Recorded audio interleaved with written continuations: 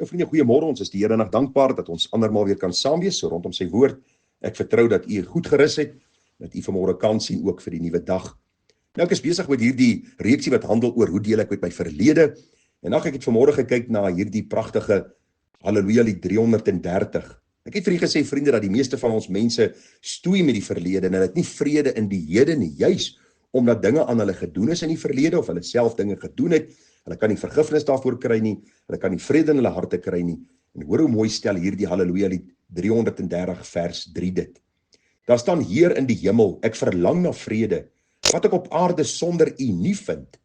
Daarom kom ek tot u in my gebede. Skenk siele vrede tog aan my, u kind.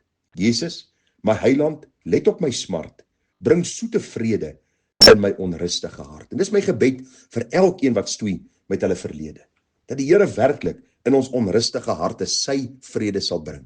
Die Bybel sê sy vrede wat alle verstand te bowe gaan, sal ons harte en ons sinne bewaar in Christus Jesus ons Here. Vir gesê vriende, ons verlede is onherroepelik verby. Ons kan dit nie uitwis nie, ons kan dit nie herskryf nie. En daarom is dit nodig om Bybels te deel met my verlede. Ons het begin kyk gister na die gedagte dat hoe deel ek Bybels met my verlede, dinge wat aan my gedoen is, mense wat my te nagekom het, mense wat teenoor my opgetree het op 'n onbybelse manier, miskien 'n sondige manier. En ek het vir u gesê, besef die pyn is werklik en deel eerlik daarmee. Ek het vir u gesê, moenie probeer dit vermy of ontken of wegskuif nie. Ek het vir u gesê, in gevalle waar daar 'n misdryf teen jou gepleeg is, gaan na die howe sodat die skuldige aan die lig gebring sal word. Onthou altyd in die Here is daar hoop en genesing. En dan het ons gister klaargemaak met die gedagte om hels en reg te verstaan en Bybelse siening van God, sy alleenwysheid, sy soewereiniteit, sy goedheid, sy ontferming, sy liefde en al sy attribute. En ons het Job as voorbeeld gebruik. Job verloor sy kinders, hy verloor sy eiendom, sy besittings. En aan die einde van sy lewe kom Job, of aan die einde van hierdie stryd, kom Job by hierdie gedagte uit, maar God is in beheer. En Job sê, gaan my vinger op my mond lê, dat die Here my kan onderrig. En die Bybel sê Job se einde was baie meer geseënd as sy begin.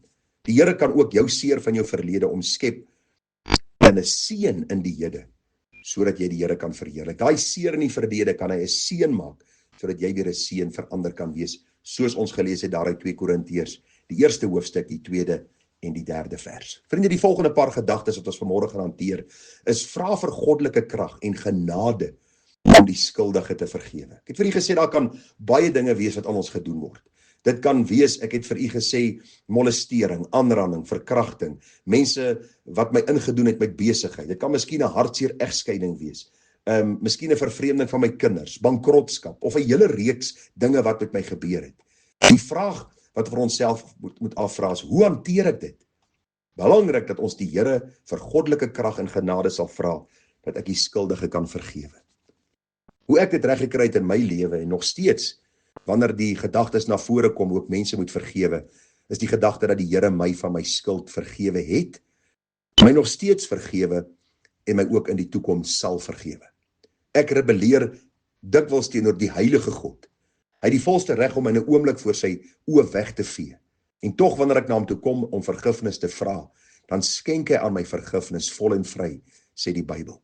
Daarom het ons ook nodig, die Here sê vir ons baie duidelik, dat ons ook oortreders moet vergewe, soos die Here ons vergewe het, soos ons in die Onse Vader gebed dan ook baie duidelik raak sien. So ons het nodig om goddelike wysheid af te bid en vir goddelike krag en genade te vra om die skuldiges te vergewe. Die Bybel leer vir ons in Efesiërs 4 vers 30, en bedroef nie die Heilige Gees nie, deur wie julle verseël is tot die dag van verlossing.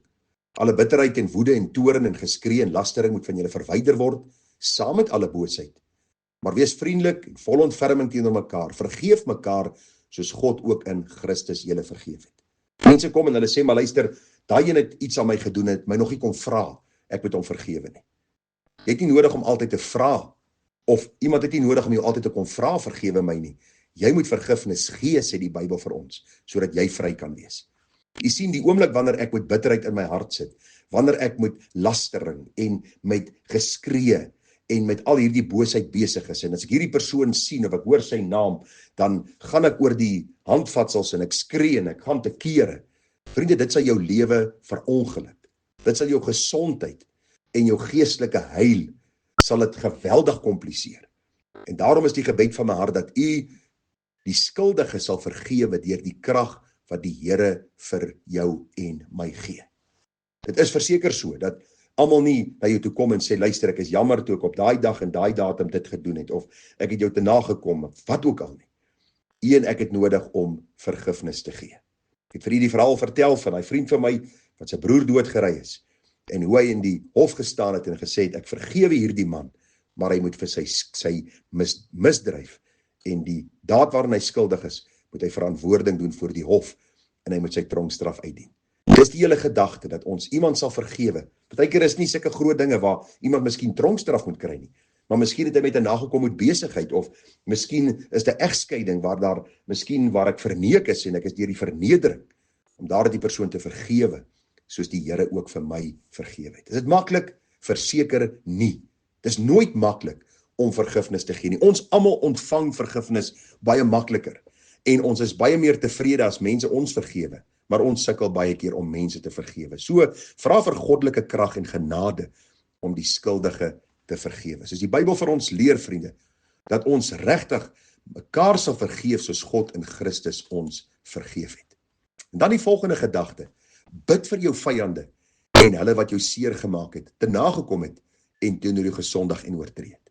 En dis 'n Bybelse beginsel. Ek lees maar net vir u wat sê die Bybel in Matteus 5 vers 44 en 45. Jesus self is aan die woord en hy sê, maar ek sê vir julle moet julle vyande lief hê. Seën die wat vir julle vervloek, doen goed aan die wat julle haat en bid vir die wat julle beledig en julle vervolg, sodat julle kinders kan word van julle Vader wat in die hemele is.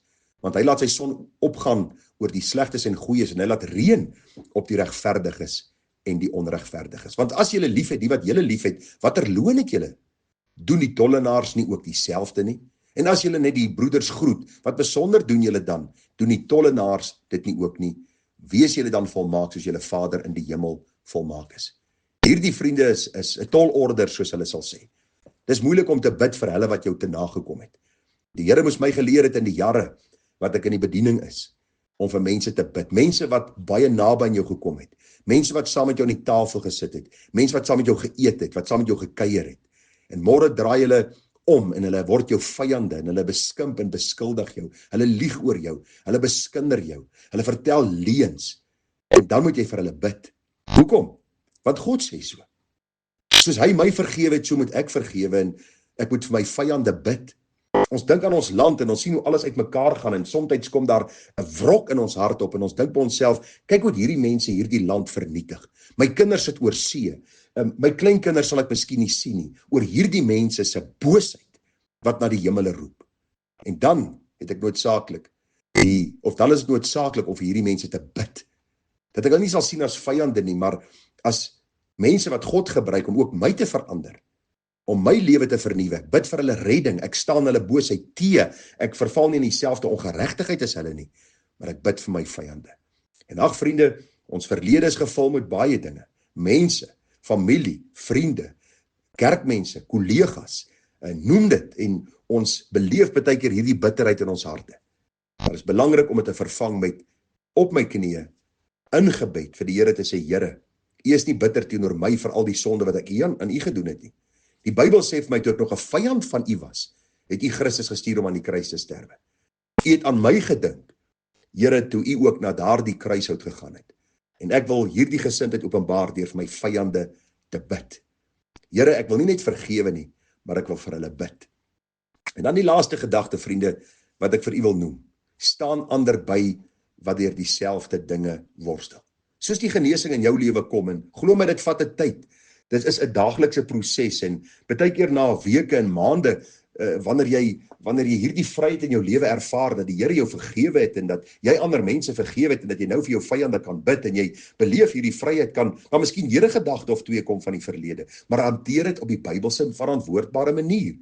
En dan, vriende, belangrik, wanneer mense na jou toe kom en hulle praat met jou, dat hulle nie die bitterheid sal hoor van die verlede nie, maar hulle sal hoor wat het gebeur in jou verlede, maar hoe die Here genesing gebring het, vergifnis gebring het, genade geskenk het, sodat jy kan vergewe en dat jy nou ander mense kan help. Ek lees net weer vir u die baie besondere verse van 2 Korintiërs die 1ste hoofstuk. Ons gaan daarmee afsluit En ek bid die Here dat hy vir ons wysheid sal gee. Daar staan, geseënd is die God en Vader van ons Here Jesus Christus, die Vader van ontferminge en die God van alle vertroosting, wat ons troos in al ons verdrukking, sodat ons die wat aan allerhande verdrukking is, kan troos deur die vertroosting waarmee ons self deur God getroos word.